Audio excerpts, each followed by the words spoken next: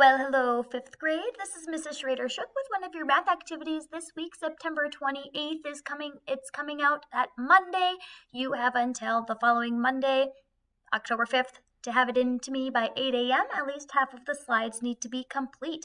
This is called Get the Point, and we are going to be working on graphing. So let's get started. All right, so you can see Get the Point. We have our graph.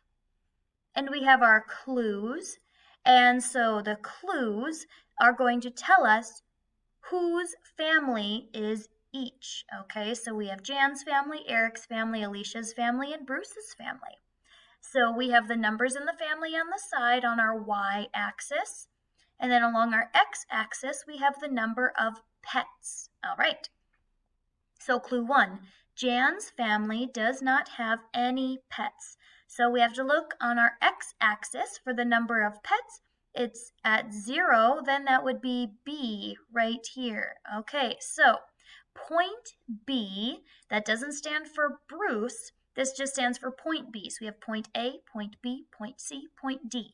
We need to figure out which point does it, what does the point stand for? So this point right here, does it stand for Jan's family, Eric's, Alicia's, or Bruce's?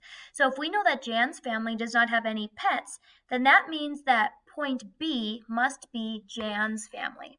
So I'd put Jan's family, and then I can readjust my size, and Jan's family goes with point B. Okay, so then you still need to find out whose family is point A, whose family is represented by point C, and whose family is represented by point D.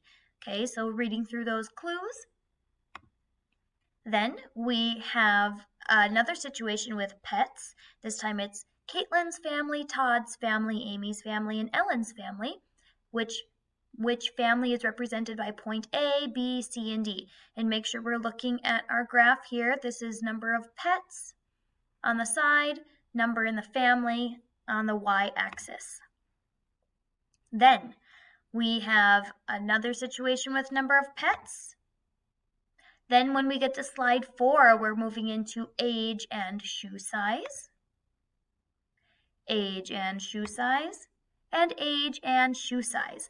Like our other activities, the slides get an increased difficulty as they go down. Okay, so one other thing I want to mention is, I know I might have mentioned it before, but see how it's getting kind of, the slide is getting covered up a little bit by those icons on the bottom. So if I click these 3 dots, I can unlock my slide. Then that means I can move it around. So if I want to make my slide just a little bit smaller, just so that I can make sure I see everything without anything needing to get interfered with, you can go ahead and do that if that's helpful for you. When you are done with this activity, I want to know how you did. How difficult was the activity? Here's your ranking. And how much help did you need with the activity? And there's your ranking. Remember, whatever happened, you be honest with it. All right? If you have at least 3 slides totally correct, then you are good. So in order for a slide to be totally correct, there's 4 questions here. So all 4 of them need to be correct in order for it to be considered a correct slide. So you need 3 fully completed and corrected slides. If you have less than 3 full slides correct, I'll send it back to you and let you know what you need to fix. Otherwise, you can check your feedback. Have a great week, and this was Mrs. Schrader-Shook with your math activity, and I will see you next week.